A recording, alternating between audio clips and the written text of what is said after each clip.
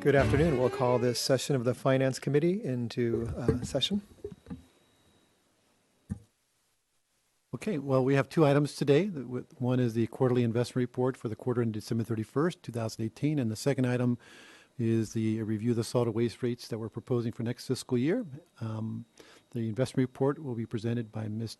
Jennifer Tomaszewski, our Treasury Manager, and with that, I'll turn it over to her. Good afternoon, Chair Dominguez, committee members. As Mr. Samario stated, I am Jennifer Tomaszewski, and I will be going through the quarterly investment report for the quarter ended December 31st, 2018. So for the presentation today, I will be looking at the current interest rate environment, including economic factors that could impact interest rates, the city's investment strategy and approach. We'll also be looking at some charts that go over some of the long-term trends and some benchmarks that we use in comparison of the city portfolio. And then lastly, we'll be looking at the quarterly investment performance and activity. But big picture, what's the purpose of the investment report? Why we're presenting this to you? We want to be able to show you what the performance is on the portfolio, what we purchased, what matured, the interest rate environment, and the balances at the end of the quarter. So federal monetary policy drives interest rates and in turn interest revenue to the city. So the Federal Reserve sets or controls the overnight interest rate, which is the rate that they charge to banks in the Federal Reserve System that they then in turn charge to businesses for borrowing purposes. The current federal funds rate is 2.5 to 2.25%. Back in December 2015, the Federal Reserve began increasing about 25 basis points. They've now increased that 9 times, the most recent increase being December 2018. They increase or decrease interest rates to control inflation and spending. So if the economy is performing strong, they may increase the rates. If the economy looks weak, they may lower them. They have different factors that they look at when they're determining whether they're going to raise those rates or not, or lower those. One of the, for example, they look at the economic outlook. One of the indicators with that is gross domestic product. I have some slides. This was kind of an interesting process for me, being this is my first time presenting this, and I wanted to make sure that I understood what I was talking about when I'm presenting this to you. So I went back and looked at some slides that show some of the historical trends, and I think they kind of help put some perspective to what we're looking at today. So GDP back in June was one of the highest that we've seen in recent years at about 4.2%. Fast forward to fourth quarter, now we're looking at 2.6%. So I should back up and say in 2018, the Federal Reserve increased rates 4 times. They had originally anticipated that they would also be raising them 4 more times in 2019. In recent months, they're now taking a more cautious approach to that. And some of these factors are why. So they're looking at GDP. They're looking at the unemployment rate. The unemployment rate is the lowest it's been in a decade. In December, it was like 3.7%. January, that's inching back up to 4%. So the economy is it's moderately, growing, but they're just taking a little bit more cautious approach as to how that's going to manifest over the next few quarters and years. They also look at the impact of the tariffs and the economic stimulus of the tax cut. So there's uncertainty there. Is that going to increase overall growth and stimulate more spending of U.S. dollars? So because of all of these factors, they're still looking at that there could potentially be growth, but they're just taking a more cautious approach. I put some slides in here to put some perspective of that to that. So even though interest rates or the overnight federal funds rate is higher, this is a look back at the history of the last 60 years. So we see here in 2008 to 2010, we see the recession, the Great Recession, and then it was almost zero for several years, and now it's been increasing, but 2.5% in the, looking back over history, it's still pretty low. It just helps put some context to that. This next slide is a 5-year trend for the unemployment rate. And this is, again, compared to 2014, to December ended at that 3.7. But we see at the very end, the very right portion of the table or the chart, it's inching back up again. So again, just uncertainty. Is that going to stay low? Is it going to go back up? And I should say that the national average over the last several years has ranged about 5.76%. So this next slide is a 5-year trend for GDP. This is the percent change from the preceding quarter since 2014. And really what I wanted to show with this is when we look at 2018, that second quarter, that's where we saw that 4.2% growth. It dropped to about 3.4% in third quarter, and what this table doesn't show is fourth quarter, which was about 2.6%. So again, stronger than in recent years, but there's, it's not as strong as it was 2 quarters ago. And then this last table, this is the annual inflation rates for look back about 10 years. And let's see. So this is another indicator used by the Federal Reserve. The Reserve targets approximately 2% to hit what they call neutral, meaning a sustainable economy. So if they increase their rates, we want to avoid a bust or a boom. So what could the increase in interest rates do to inflation? So these are all factors that they look at. So I'm going to switch gears now to Treasury yields. So we know that Treasury yields are increased compared to where they are, even where they were a year ago. But again, historically, they're still very low.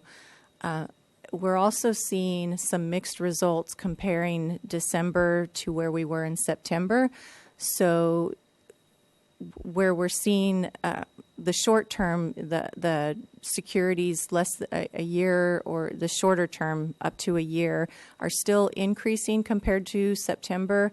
However, the 1 to 30 year treasuries are actually starting to decline again, and the most impacted was the 5-year treasury, which showed the largest decrease of about 43 basis points. So this next table is a monthly comparison, comparing from the end of third quarter, being September 30th, to December 31st. And in the last column, we see the cumulative change. And this is where you see those treasuries, the impact of the shorter term still increasing, but the 2 to 30, now on declining from third quarter. I did want to also point out that LAIF has increased about 24 basis points. But as a city, we typically invest in the 1 to 5 year range, and so as of December, that range was anywhere from 2.46 to about 2.63, or about a 17 basis point spread. And for the first time, we're starting to see what economists have been referring to with that inverted yield curve. So if you look at the one year at 2.63%, it's actually higher than the 2 to 5 year. And the next slide's going to elaborate on that a little bit more. So to put some context to this, I took a snapshot in time being December 30th for the last 3 years, and the blue line being December 2016. And so this is where you'd see that more traditional yield curve with the higher interest rate as the securities, the longer you're investing, the higher the interest rate. But in total, all securities were trading at less than 1%. Then we fast forward to the orange line in December 2017, and we see in total they're averaging between 1.5 and 2.5, and still that traditional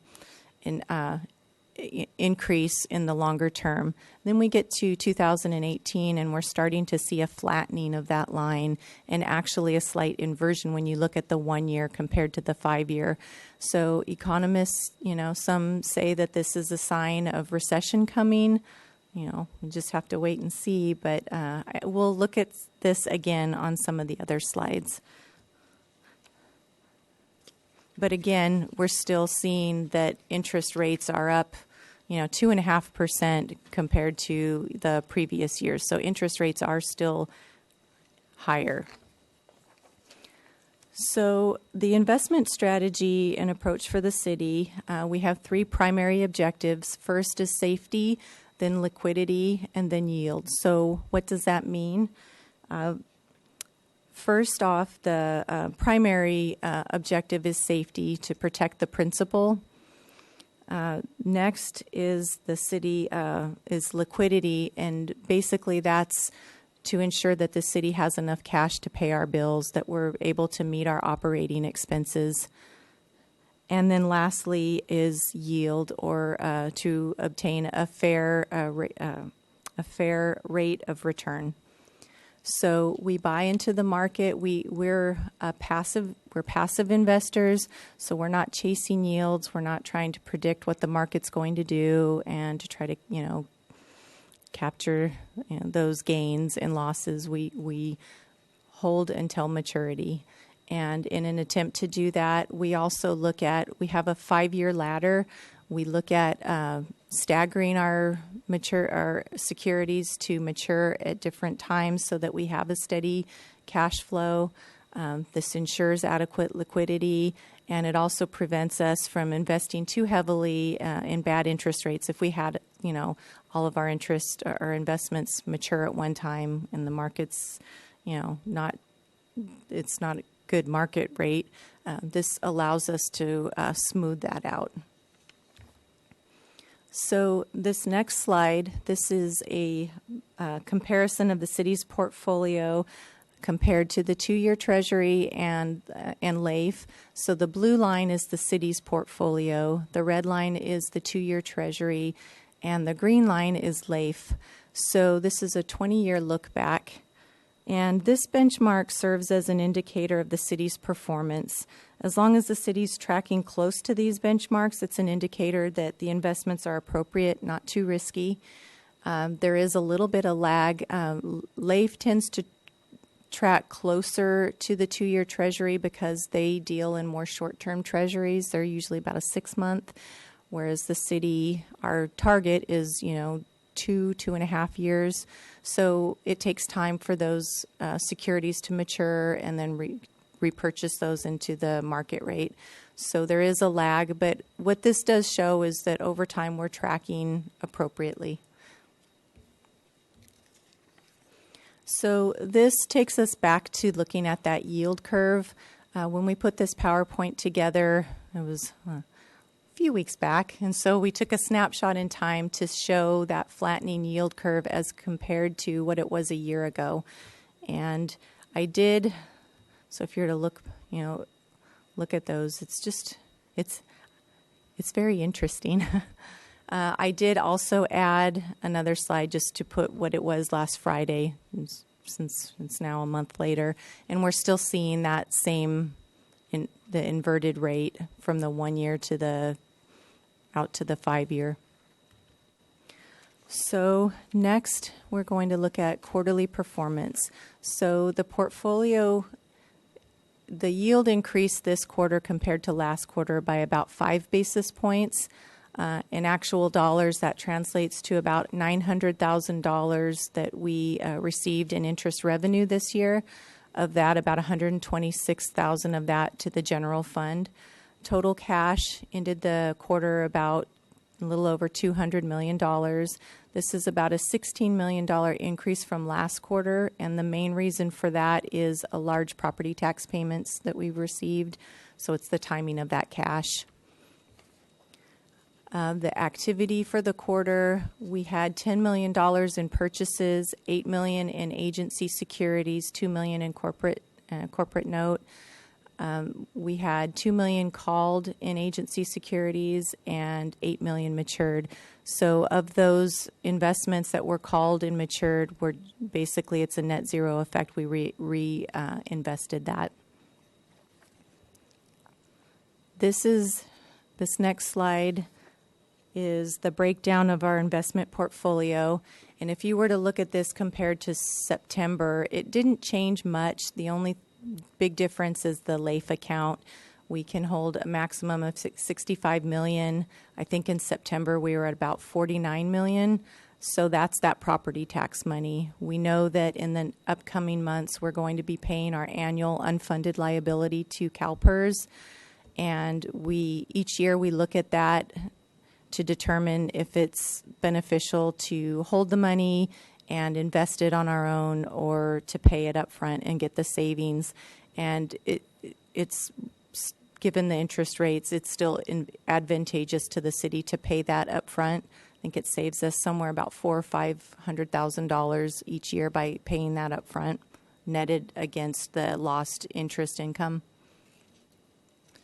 I have a question. So you mentioned that there were $2 million in corporate note purchases. Yes. What were the corporate notes? I believe that was Berkshire Hathaway. We did have one corporate note. It was with General Electric. They were downgraded last quarter, but that did mature in January, and we repurchased that in January. We purchased an Apple corporate note with Apple. Okay. And these are following our new guidelines? Yes, they are. Great. Yeah. Thank you. I have one more slide for you. This is the composition of our portfolio at December 31st. So you see 52% is agency securities, 32% is LAIF, 5% corporate notes. With that ends my presentation, and staff recommend that the committee accept and approve the second quarter investment report and fiscal agent report for fiscal year 2019, and I'd be happy to answer any questions. Any questions? No. Is there a motion from either of you? I'll move the staff recommendation. Move the staff recommendation. Second. Okay, all those in favor? Aye. That's unanimous. Thank you very much. Thank you.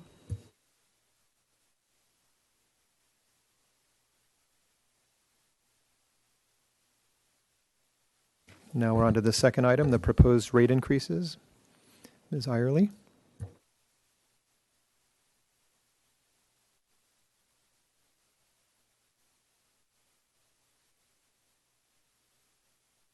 Good afternoon. Thank you. I'm Renee Irely, Environmental Services Manager, and I am here today to discuss our proposed rate increases for the Solid Waste Fund.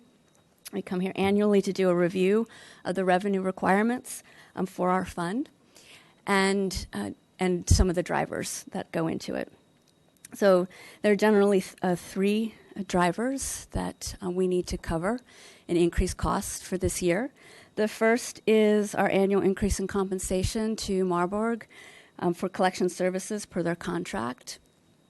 The second is the increase in the county tipping fees per our materials agreement with them, delivery agreement. And the third is to rebuild our fund reserve. So around the collection costs for services, we have an exclusive contract agreement with Marburg for collection and hauling. In this agreement, it calls out for an annual increase in their compensation, which is 70% of the annual CPI for the greater Los Angeles area. And the third is to, and then any additional compensation that gets added to the trash bill, and the city remits this payment to Marburg monthly through our invoicing system. Around the increase to the tipping fee, as you all are well aware, we are in a 22-year agreement, material delivery agreement with the county for the Tehiquas Resource Recovery Project. And over the past 3 years, we have been escalating the tipping fee to them in anticipation of the project going forward. So in fiscal year 18, the tipping fee at the Tehiquas site was raised to $99 per ton across all materials. Given the time that the project was under a delay, we were directed to use the solid waste fund reserves as opposed to putting that portion of the rate increase into the rates that year. Last year, the tipping fee was raised to $102 per ton across the board for all materials. And for this coming year, the tipping fee will be $150 per ton. And the purpose of the stepped-up tipping fee was twofold. The first was to strengthen the county's bond offering, which was successful. They got all of their financing in place in November and have broken ground on the project in early December. And the second was to create a jurisdictional rate stabilization fund. So with the idea that as the project moves forward, that there would be this reserve in place that would help stabilize any unanticipated costs for the project collectively. So in looking at our overall revenue requirements for the system going forward for this fiscal year, we are looking at around a 16.3% rate increase overall. And this table shows you the breakdown of how that translates into the key components of our revenue requirements and rates. The first line item is the CPI increase for Marburg, and that's about almost 2.3%. The county tip fee increase, which is 11.6%. And then we have a couple of smaller ticket items that we call out in our rates every year. One is for our public container fees, and the other is for our abandoned waste program. And then the last line item is as part of the fund reserve recovery of 2.4%. We're proposing that we rebuild the reserve use, which was $1.3 million, over the next 2 fiscal years to get us back to our previous amounts. And then also, as just a brief reminder, we came in November to discuss including in this year's rate process some restructuring of our rates. The goals of this is to increase the equity amongst ratepayers in all our customer classes, improve our revenue predictability with a more straightforward rate structure, align with state legislation, and then also to ensure smooth billing system integration that is moving forward in this coming fiscal year. To reach these goals, we have already started our outreach to our impacted customers right now. As you may recall, the discussion was around about a third of our customers in both the apartment building sector and also the building sector, the business sector, are going to be impacted at least slightly. And so through a combination of direct visits to the customers at their sites and then also some additional direct mails to explain to them how the rates are changing, we'll be rolling all of that out over the next couple of months. And then in addition, we'll be including information as part of our Prop 218 noticing, which will start going out in April. And then finally, in anticipation of customers' calls and questions, we will be training both the Marburg and the city's customer service staff so that everyone has a basic understanding of what's happening with the rate increase and then how to refer the calls back to our division to handle anything that's more complicated. So in terms of the impact of the rate increases, I put in front of you in the presentation a few examples of our typical rate classes and service levels. So on this first table, this is both our single-family residential service, which the default being the 65-gallon trash service level is changing from the current rate of $41.42 to $48.03 generally. And then two typical multi-unit classes of rates. The first is for cart and can service, changing from $277.71 to $322.14, and the other being a very typical sort of dumpster service at once a week service for 4 yards of trash. As you can see, those are from $418.46 up to $485. The next chart, again, similarly, is to demonstrate the changes in our typical business customer class services. The first is for an example of a cart can service, and the second is for twice a week dumpster service.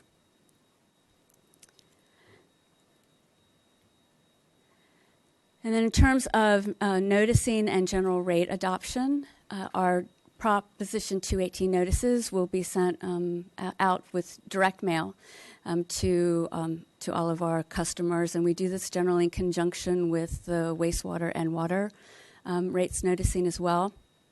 We'll have our hearing in front of council in June of this year, 2019. We won't be doing time travel, and I don't think. And that's usually the second week of June. And the rates will take effect again July 1st, 2019. So, and with that, I'd be happy to take questions.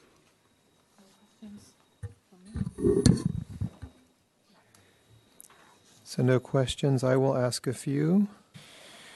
The stepped up tipping fees to create a stabilization fund. And you mentioned that's partly in case there's unpredicted costs. What are we doing in terms of the TRPP to monitor what's happening there? Do we have any influence in the project? Do we have a seat at the table? Thank you, Chair Dominguez. We are in regular meetings with county staff over the whole host of services that are provided in addition to the TRRP. So we will, I think, continue to be engaged, in those meetings with them and getting updates on the progress of the project as it moves along. In addition, internally, we are working on our own control and review of both, like the methodology, both on the financing part of the agreement, and then being able to have regular inspections of the facility both as it's being built and then as it's being operated. And then finally, as per the agreement, we have at least one annual review with the county to go over all of the finances and any major or proposed operational changes at the facility. And you're satisfied with that level of interaction and cooperation? That's kind of an industry best practices, at least in the municipal arena? It is, yes, Chair. For a project of this size, yes.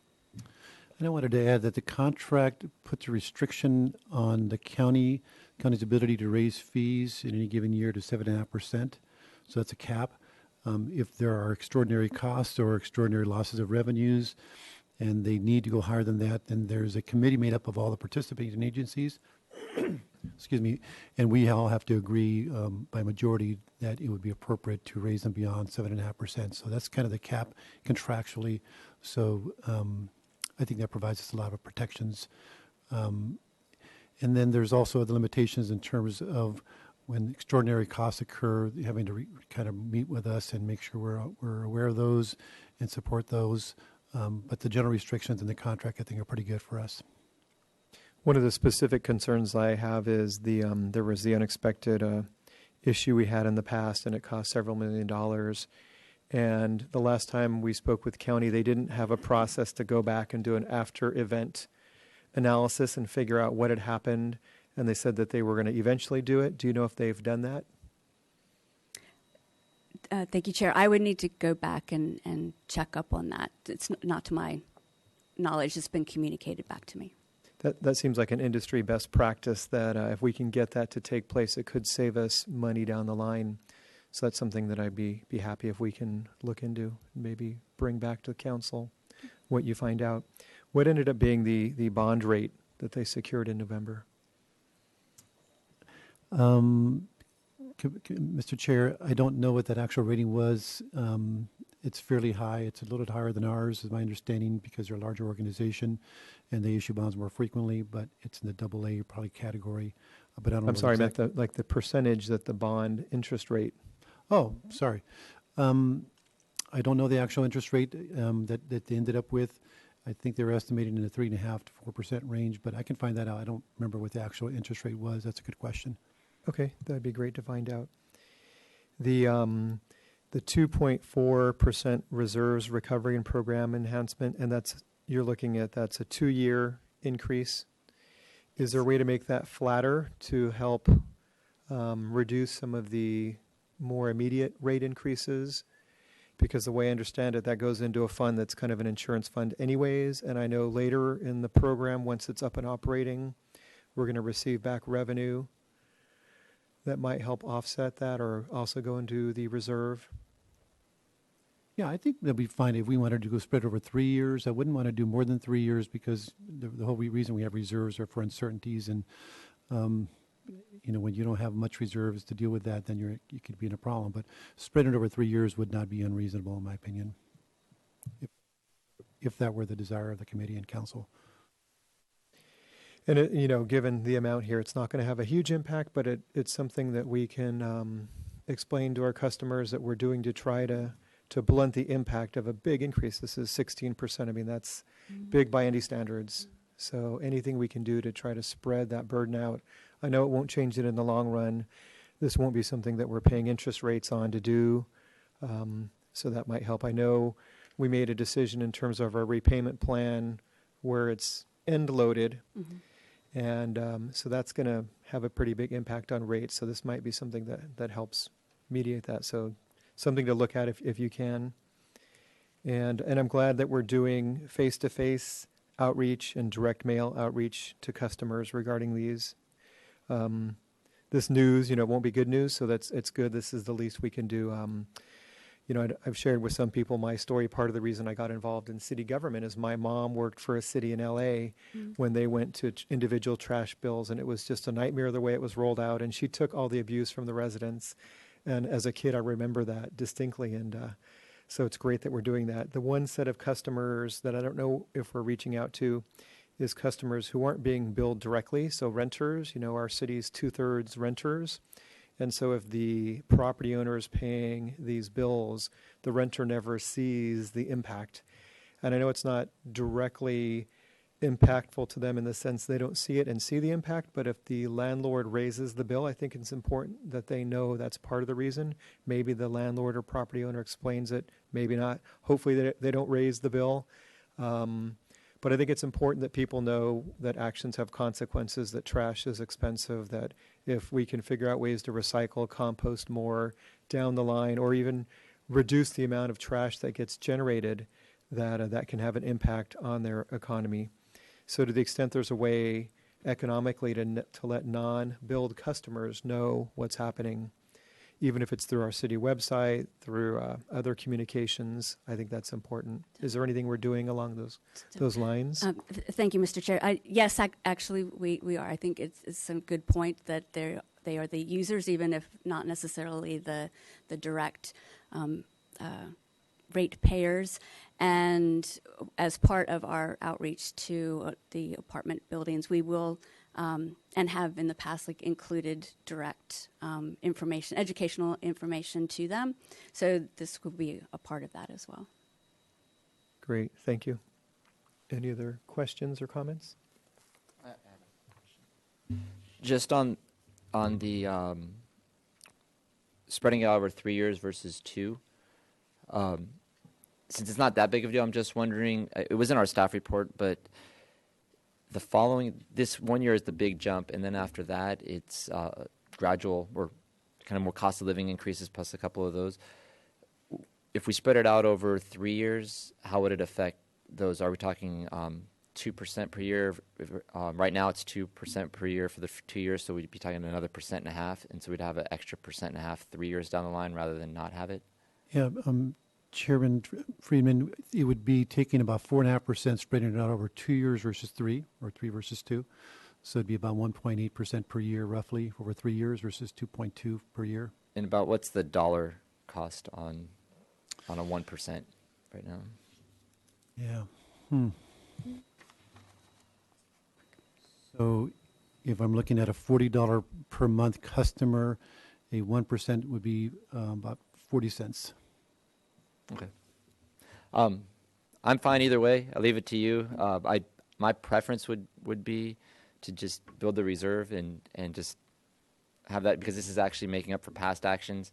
But if we don't have to incur any interest or anything else that we'd be paying for by getting it done, I'll leave it up to you to do the analysis and come back to us. And what we'll do is we'll notice it in April for the full 2.some%. But then when we present this to the full council in May as part of a budget hearing, we can always implement something lower than that, but we'll make sure that there was a discussion at the committee about whether to spread it over 2 or 3 years and see what the council says in that regard, and we can adjust again in terms of what we actually implement. Thank you. And those are the next 2 stops at council. Is there a hearing at council in April to do the noticing? So what will happen is the notices will go out in April, direct mailing, as Mr. Irely indicated. Every department will be presenting their budget in May, late April, early and through the month of May.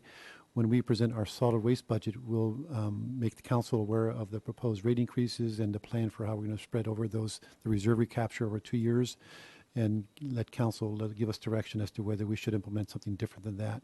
But the notices will go out for the full amount in case we have to go there.